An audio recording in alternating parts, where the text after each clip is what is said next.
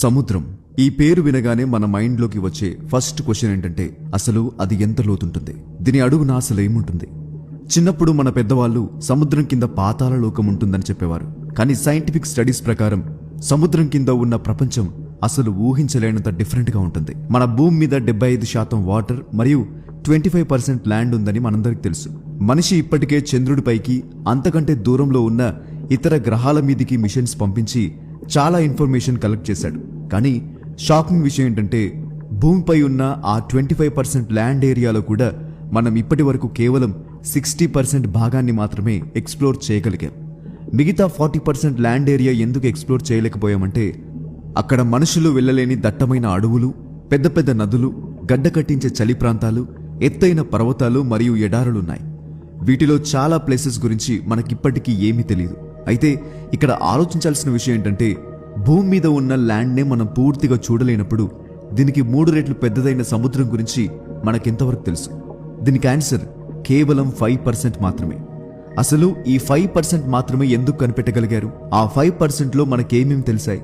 Friends, ఈ వీడియోలో మనం సముద్రపు లోతు, దాని కింద ఉన్న రహస్య ప్రపంచం మరియు సముద్రపు మిస్టరీస్ గురించి చూడబోతున్నాం. అలాగే సముద్రం గురించి తెలుసుకోకుండా మనల్ని ఆపుతున్న ఆ అడ్డంకులేంటో కూడా తెలుసుకుందాం.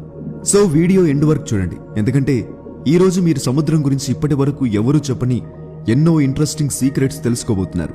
ఫ్రెండ్స్, సముద్రాన్ని అర్థం చేసుకోవాలంటే మనం దాన్ని సర్ఫేస్ నుండే స్టార్ట్ చేయాలి. అందుకే అందరూ ఆక్సిజన్ మాస్కులు పెట్టుకుని రెడీగా ఉండండి. ఇక సముద్రంలోకి దూకేద్దాం. ఒకవేళ మీకు వాటర్ అంటే భయం ఉంటే వీడియో ద్వారానే ఈ లోతైన సముద్రాన్ని ఎంజాయ్ చేయండి. ఈ రోజు మనం సముద్రాన్ని దాటుకుని పాతాళం వరకు వెళ్ళబోతున్నాం. ఇప్పుడు మనం సముద్రంలో 40 మీటర్ల లోతుకు వచ్చేసాం. ఇక్కడ మనకు స్టాప్, దీనికంటే ముందుకు వెళ్లడం నిషేధం అనే ఒక వార్నింగ్ సైన్ కనిపిస్తుంది. నిజానికి ఇది స్కూబా డైవర్ల కోసం. వారు దీనికంటే లోపలికి వెళ్ళలేరు. దీని తర్వాత మనం 93 మీటర్ల వరకు చేరుకున్నాం. ఇక్కడ మనకు ఒక షిప్ యొక్క శిథిలాలు కనిపిస్తున్నాయి. దీని పేరు లుసిటానియా. ఇది ఒక బ్రిటిష్ షిప్. 1915లో మునిగిపోయిన ఈ నౌక ఇప్పటికీ ఇక్కడే పడి ఉంది. మనం ఇంకాస్త ముందుకు అంటే 100 మీటర్ల లోతుకు వచ్చేసాం. నార్మల్ స్కూబా డైవర్లకి ఈ లోతు చాలా డేంజరస్. ఎందుకంటే ఇంత లోతున వాటర్ ప్రెషర్ ఎంత ఎక్కువగా ఉంటుందంటే బాడీలోని పార్ట్స్ ఎప్పుడైనా పనిచేయడం ఆగిపోవచ్చు.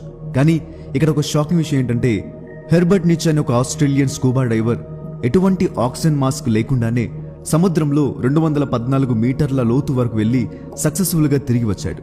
ఇది ఇప్పటికి ఒక వరల్డ్ రికార్డ్. ఇప్పుడు మనం 332 మీటర్ల లోతుకు చేరుకున్నాం. ఇక్కడ మనకంటే ముందే ఒక మనిషి అడుగుపెట్టాడు. అతని పేరు అహ్మద్ గబ్బర్. ఈజిప్ట్కు చెందిన ఈ స్కూబా డైవర్ కేవలం ఆక్సిజన్ మాస్క్ సహాయంతో ఇంత లోతుకు వచ్చిన ప్రపంచంలోనే మొట్టమొదటి వ్యక్తి. ఇప్పటి